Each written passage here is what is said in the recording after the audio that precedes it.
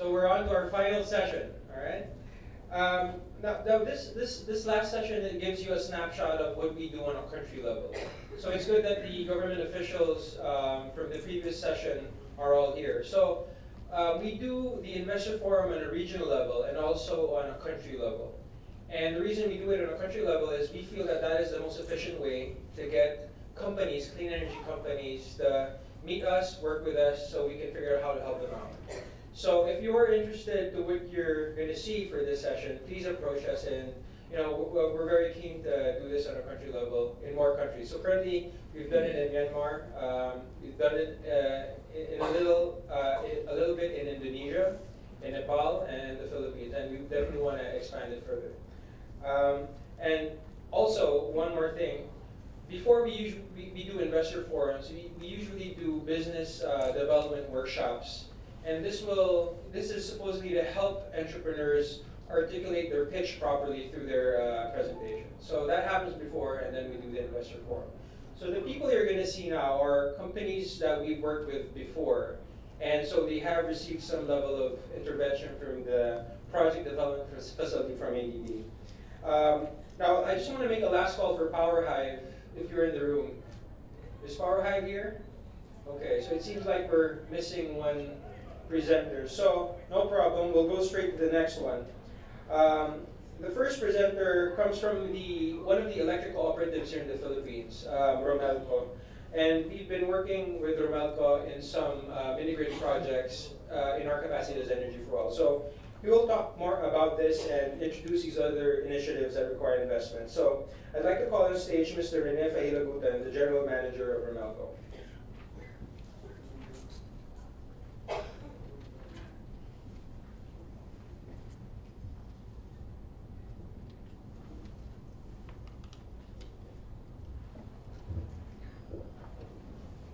Thank you. Good afternoon. Behind these numbers is a statement from our cooperative. The target of our energy mix for delivery of our service to our area. 90% from renewable, 10% diesel. You may find these numbers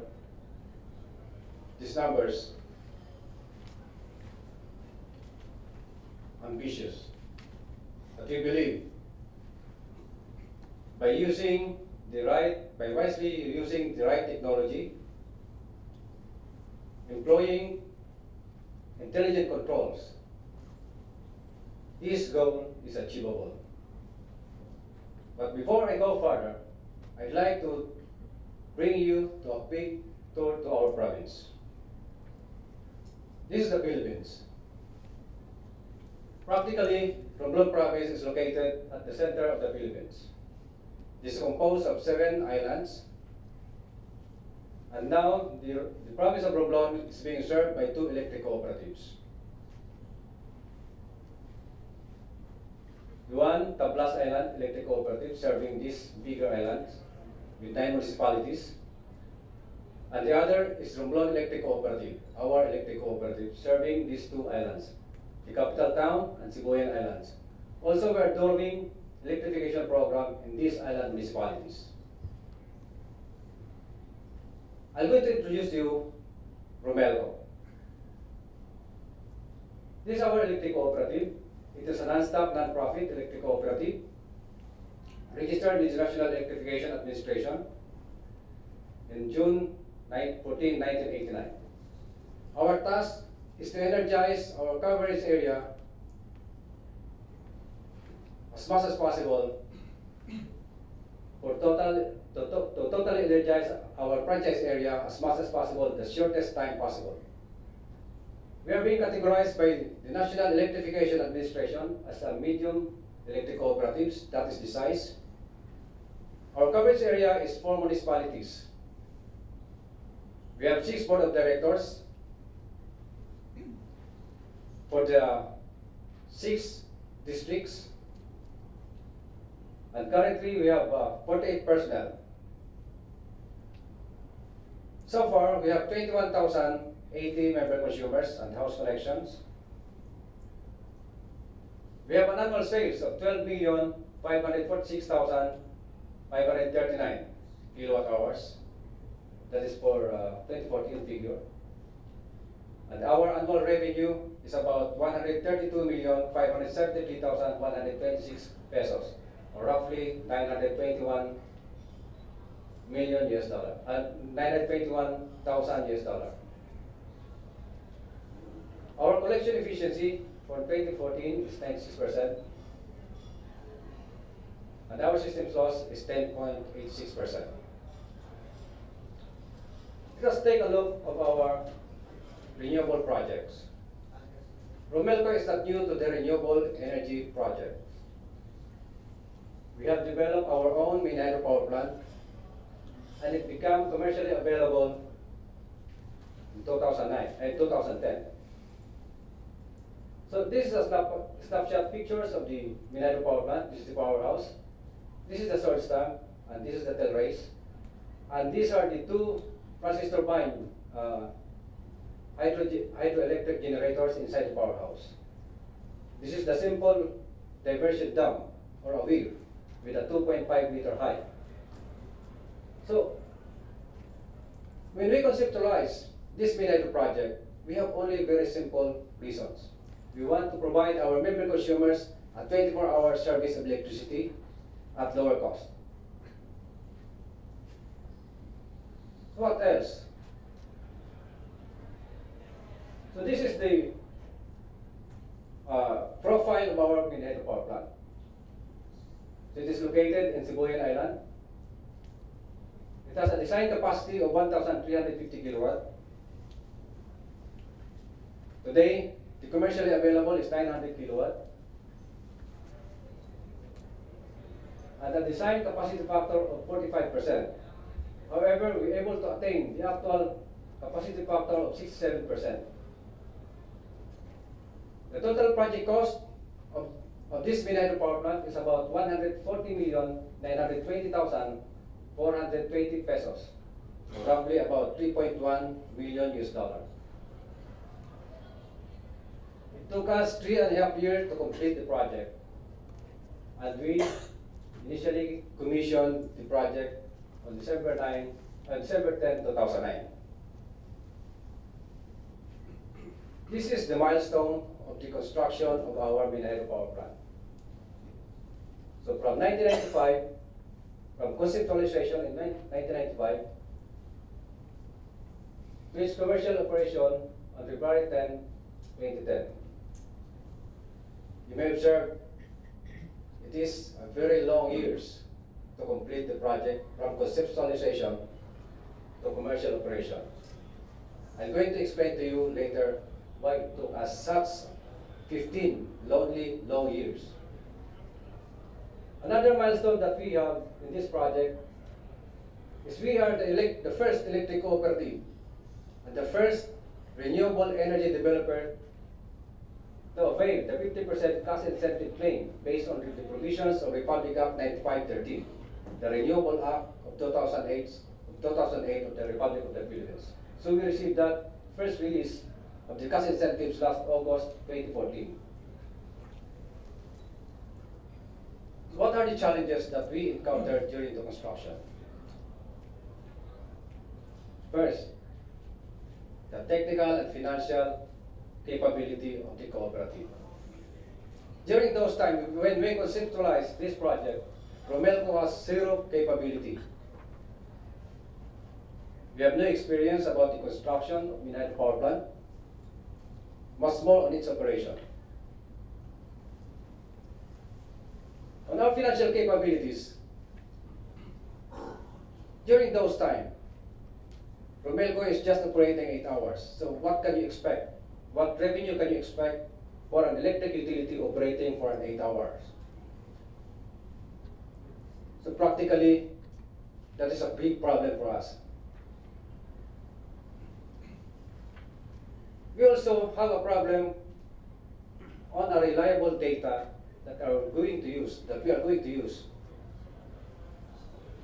in the conduct of the detailed feasibility study. there's nothing. We also encountered issue on the acquisition of land for the power plant site and an access road, and for the access road from the highway going to the power plant site. Landowners of the identified site is not interested to sell or even lease the property to Romelco. We also encountered issue on the construction method that we are going to use. The local indigenous people did not allow us to use heavy equipment, much more to use explosives during construction. So those are the restrictions that was imposed to us by the local indigenous people. Another problem that we encountered is the lack of qualified or experienced contractor to do the construction. Main hydro project is new to our place. So no one has the capability or experience to do the construction. This is one of the biggest problems that we encountered. The weather condition. The Philippines is frequently visited by typhoons. And during the period of construction, we have encountered 5 major typhoons. So a lot of devastation was brought to our construction site by the typhoons that visited our place. As a result, there is a cost escalation for the project because of the damages. We also encountered in our operation for the late approval of the tariff by the regulatory agency. So that is another problem. If you don't have the right rate, you will be in big trouble. So solution to the challenges, you should be innovative. The first we have done is to create a subsidiary corporation. 2 important things that we considered in creating this subsidiary corporation. As I have discussed earlier, Romelco is a non-stock, non-profit electric cooperative, and we are not allowed to take in investment from private investor to comply with the equity requirements of the bank. Secondly, Romelco would like to be a part owner of the project and not just a buyer of electricity from the power plant. So we created the subsidiary corporation. And this is the Cantingas Mineral Power Corporation. Initially, the capitalization is around 1 million, and eventually we raised the capital stock to 85 million. So it is a joint venture company between Romelco and our consultant, the Electric Consult. And today it is a wholly owned subsidiary corporation of Romelco. So the technical side, we hire expert, the consultant and technical and other technical person to assist us in the development and operation of the hydro power plant. We also avail loan from the Development Bank of the Philippines. The DBP is good enough to finance our project 90%. We also filed an eminent domain case for the acquisition of property for our power plant site and for the access road. We also do continuous training of our personnel for our efficient operation of the power plant, and filing the right recovery case with the regulatory agency. So how do we perform? So let us take a quick look for this graph. The green is the energy supplied from the Manila hydro power plant. This is a 24-hour graph. The red is from diesel power plant. So the next is the 12-month operation of the Manila hydro power plant. This was taken from our 2014 operation. So the green one is the hydro, the red one is the diesel. So last year, 81% has been contributed by the Manila hydro power plant. Only 19% from the diesel power plant. So this is the 5-year historical performance of our power plant. take notice of this 2010, we have problem with NPC, our power supplier then. They did not allow us to dispatch the maximum capability of our power plant, but we have eventually resolved that problem. Last 2012, 89% has been contributed by mini hydropower plant. So what are the benefits of the power plant? So we're able to provide 24-hour service, lower the generation cost from 5.21 compared to the subsidized approved generation rate of 6.58. The subsidized approved generation rate is much lower than the true cost of electricity using diesel. It is about 22 pesos per kilowatt hour. So the universal charge saved about 416,723,000 pesos and 671 pesos, no? For the operation of the mini hydropower plant. That is equivalent to 7,312,202 liters of diesel fuel saved, or practically 1,462,440 liters per year. Avoided carbon dioxide emission of 19,597 tons. So what are the development programs? In the island of Sibuyan, we have to install additional 450 kilowatt to meet the growing demand in the island. It is about 25 million pesos. It is now an ongoing project. And for the long term, we are going to install 2 by 1,500 kilowatt mini hydropower plant to different sites, worth 525 million pesos. We are also going to install next year a battery storage system of 1 megawatt hour. We estimated the cost of 47 million pesos. And these are the sites where we are going to put up additional mini hydropower plants. So we diversify the source. We will not be relying to a single river system. So these are the type of renewable project that we are going to install to those areas without mini hydro capability. For small islands, we'll be using a hybrid of solar, diesel, and battery system. Based on the study, it is we need $405,700 US. And for the bigger islands, like Romblon, with bigger capability, we need a bigger power plant. We're reusing a biomass power plant using IFGT technology. Last February, we initiated the development of the nursery to support the 350 hectares of plantation. So these are the economic and financial evaluation based on our feasibility study. We need about 317.5 million or roughly $7 million US. A payback of 4 years and 17% IRR. So these are the facilities, the sample of the equipment. And this is the prime mover. It is a gas turbine to drive the diesel generator. This is the load that will be supplied by that kind of power plant. So conclusion, we are confident we can achieve this one. 90-10 renewable diesel energy mix. Renewable energy can provide a long-term solution to the perennial power supply problem in our place. Renewable energy can reduce the cost of power. Power generation can be a profitable business venture for ISIS. Renewable energy can help reduce carbon dioxide emission.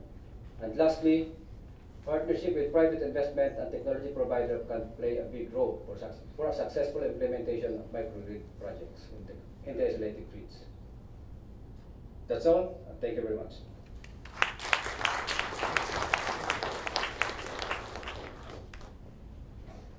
All right, thank you, Sir Rene. Maybe just to help everyone appreciate why we think it's important to have Romelco here.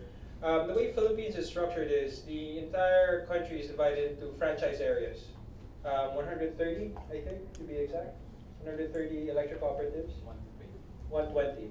So an electric cooperative has the sole right to sell energy in their franchise area. So Romelco is one of the leaders, and our vision is to encourage the other 119 to adopt the same mindset. So the success we experienced with Romelco can be replicated in 119 other areas. So we think this is an exciting time for the electric cooperatives in the Philippines. Now, what we're going to do is I'm going to transfer the floor to our panelists.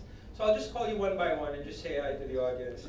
Mr. Rajat Aurora from LGT Venture Philanthropy, Mr. Claudine Emmett from Kiva, Parifan Watia from Rockefeller Foundation, and Dr. Martin Yemtz from UN Sustainable Energy for All. So what we want to ask you is, a lot of you are investors, 3 of you are investors. What will it take for you to invest in Romelco? So we want you to pick your brain and help us answer that question. And to Dr. Martin Yemtz, Sustainable Energy for All has a lot of technical assistance resources at its disposal. So maybe you can comment on what you think Romelco can improve upon and what SE4All can help on. Thank you. So, any panels? Sorry. So maybe one of you can start off. Just share your thoughts. You want to start? This is the next last question. Yeah. Just ask questions. I'll get a mic.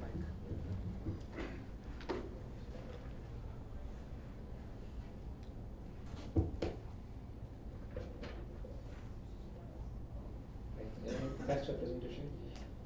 Just go to your challenges. Slide you presented on challenges.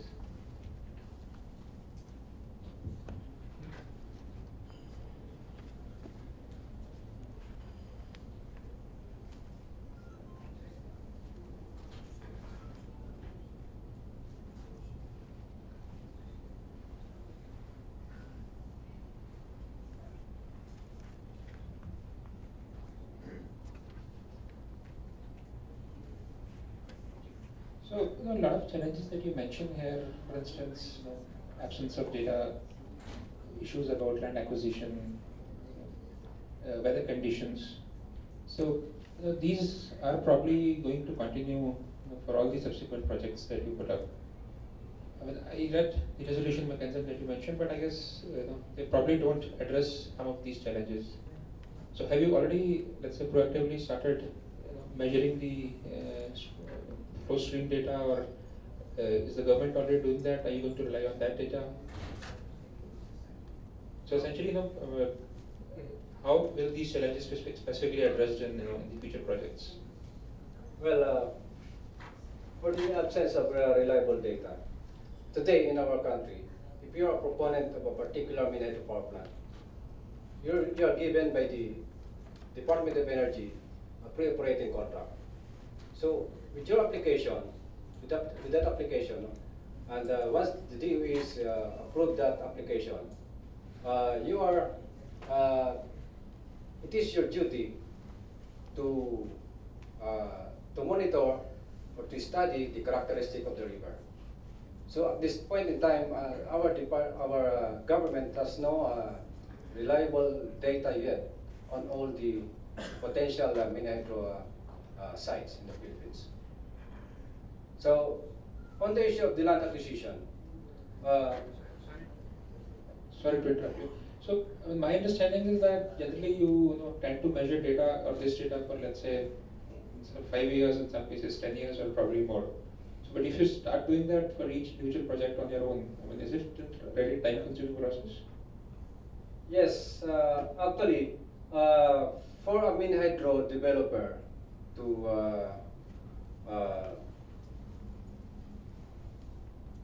arrive to a reliable data, you need to do your own monitoring.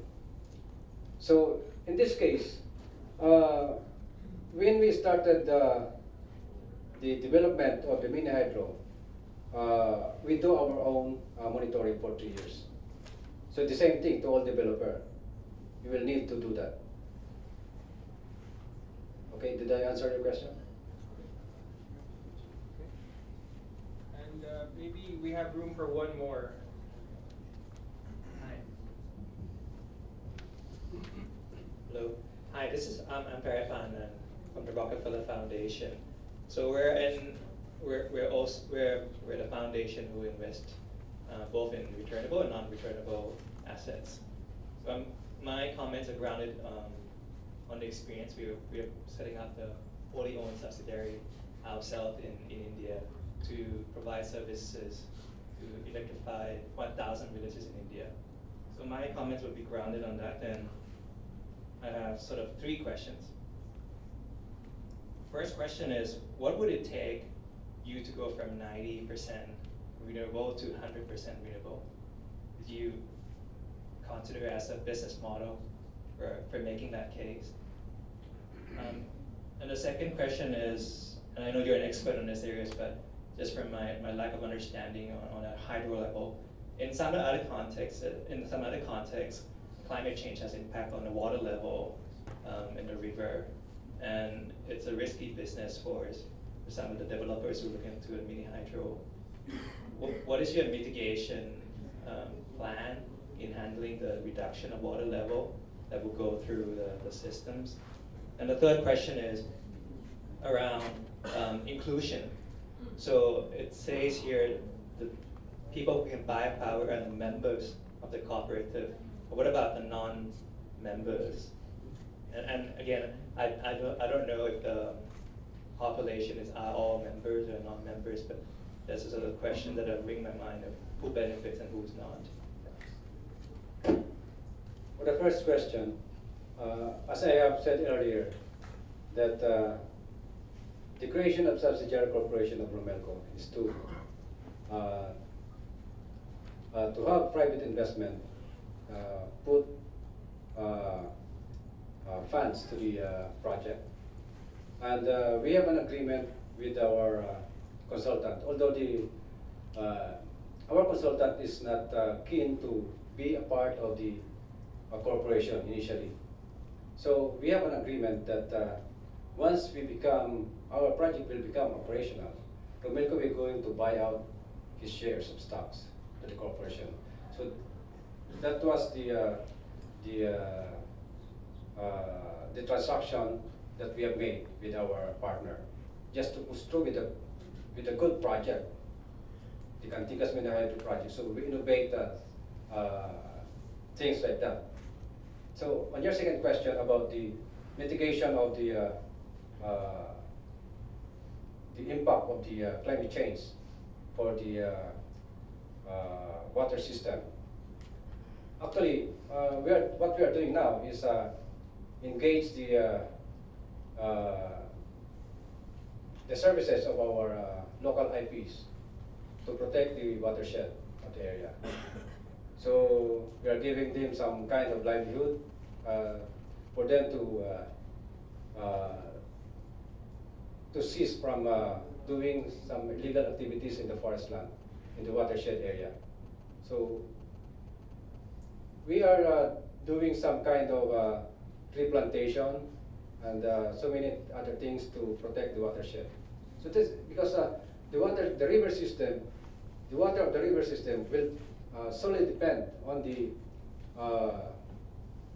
good watershed. The quality of the water will depend on the watershed of the area. So that's what we are doing now in our place. Now, for the third question about the non-member to avail of electricity, first, in our connection, in doing connection to every household in our place, we are required every applicants to be a member of the cooperative by paying just 5 peso membership fee, and they can avail all of the services of the cooperative. So that's how we work in our place. Did I answer, sir, your question? All right. So I just want to ask Claudine and Martin if you have any burning questions you want to ask Rene. Otherwise, we can move to the next presentation. All right, thank you. Thank you, Sir Rene, for that presentation. Thank you very much.